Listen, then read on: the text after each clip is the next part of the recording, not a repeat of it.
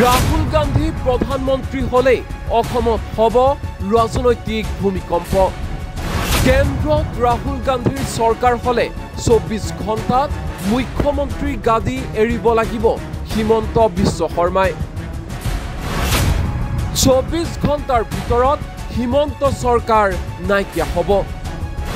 অপেক্ষা আৰু মাত্ৰ কেইটামান দিনলৈ।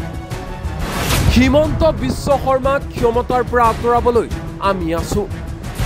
আমাক জুকাই লোৱাৰ পৰিণাম বেয়া হ'ব। মুখ্যমন্ত্ৰী হিমন্ত বিশ্ব শৰ্মাক এনেধৰণে কটাক্ষ কৰি গৰজি উঠিল কংগ্ৰেছ সাংসদ ৰকিবুল হুছেইন। শুনো আহক কি কৈছে কংগ্ৰেছ সাংসদগৰাকীয়ে।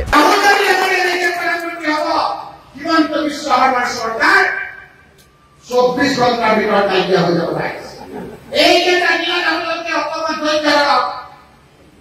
এই যে দিনত একগোট হৈ আপোনালোকে ভয়ভীত কৰি আপোনালোকে কংগ্ৰেছ পাৰ্টিৰ বাই ইলেকশ্যনত আপোনালোকে জিকাওক। মই আহিম যে কেনেকৈ হেৰাপ কৰে যিসকলে কয় কি কয় তাক আৰু কেনেকৈ বুলি কয়। আপোনালোকে এইবাৰ বাই ইলেকশ্যনত আপোনালোকে কংগ্ৰেছক ভোট দিয়ক। হিমন্ত বিশ্ব শৰ্মাৰ ক্ষমতাৰ পৰা আঁতৰোৱাৰ দায়িত্ব আমি লৈছো।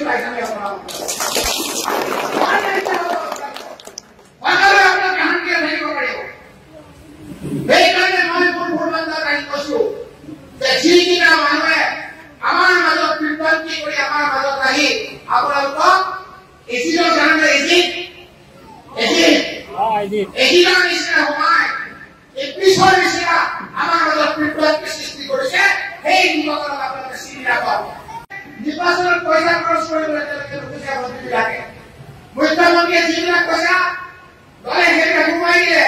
এতিয়া আকৌ ৰূপহীন এই যে সুপাৰী কি আছে সেইকেইটা পইচা আমাৰ 40 লাখ টকা দিয়ক বাই ইলেকশ্যনৰ কাৰণে। মই কি খবৰ নাপাওঁ।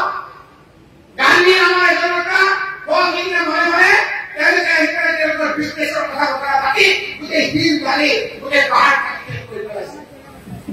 বেছি দিন এইবিলাক কথা নচলে। মই মনে মনে আছো বহু ক্ষেত্ৰত মোক জগাই লৈছে তেওঁলোকে, আমাক জোকাই লৈছে। গতিকে মই এতিয়া আপোনালোকৰ ওচৰত আহিছো 24 ঘণ্টাৰ ভিতৰত নাইকিয়া হৈ যাব লাগে। এইকেইটা দিনত আপোনালোকে অকমান ধৈৰ্য ধৰক। এইকেইটা দিনত একগোট হৈ আপোনালোকে ভয়ভীত কৰি আপোনালোকে কংগ্ৰেছ পাৰ্টিৰ বাই ইলেকশ্যনত আপোনালোকে জিকাওক। মই আহিম যিসকল কেনেকৈ হেৰাপ কৰে যিসকলে কয় কি কয় তাক আৰু কেনেকৈ বুলি কয়। আপোনালোকে এইবাৰ বাই ইলেকশ্যনত আপোনালোকে কংগ্ৰেছক ভোট দিয়ক। হিমন্ত বিশ্ব শৰ্মাৰ ক্ষমতাৰ পৰা আঁতৰোৱাৰ দায়িত্ব আমি লৈছো। আপোনালোকে শান্তিৰে থাকিব পাৰিব। সেইকাৰণে মই মোৰ বন্ধত আহি কৈছো যে যিকেইটা মানুহে আমাৰ মাজত বিভ্ৰান্তি কৰি আমাৰ মাজত আহি আপোনালোকক এজিদৰ কাৰণে এজিদৰ নিচিনা সোমাই এই পিছৰ নিচিনা আমাৰ মাজত বিভ্ৰান্তি সৃষ্টি কৰিছে। সেই নিৰ্বাচনত আপোনালোকে চিনি ৰাখক। নিৰ্বাচনত পইচা খৰচ কৰিবলৈ তেওঁলোকে নুখুজে। মন্ত্ৰীবিলাকে মুখ্যমন্ত্ৰীয়ে যিবিলাক পইচা দলে সেইবিলাক সোমাই দিলে। এতিয়া আকৌ ৰূপহীন এই যে সুপাৰী কি আছে সেইকেইটা পইচা আমাৰ 40 লাখ টকা দিয়ক বাই ইলেকশ্যনৰ কাৰণে। মই কি খবৰ নাপাওঁ। গান্ধী আমাৰ জনতা সেইদিনা মনে মনে তেওঁলোকে সেইকাৰণে তেওঁলোকৰ বিজনেছৰ কথা বতৰা পাতি গোটেই শিল বালি গোটেই পাহাৰ কাটি কৰি পেলাইছে। বেছি দিন এইবিলাক কথা নচলে। মই মনে মনে আছো বহু ক্ষেত্ৰত মোক জগাই লৈছে তেওঁলোকে, আমাক জোকাই লৈছে। গতিকে মই এতিয়া আপোনালোকৰ ওচৰত আহিছো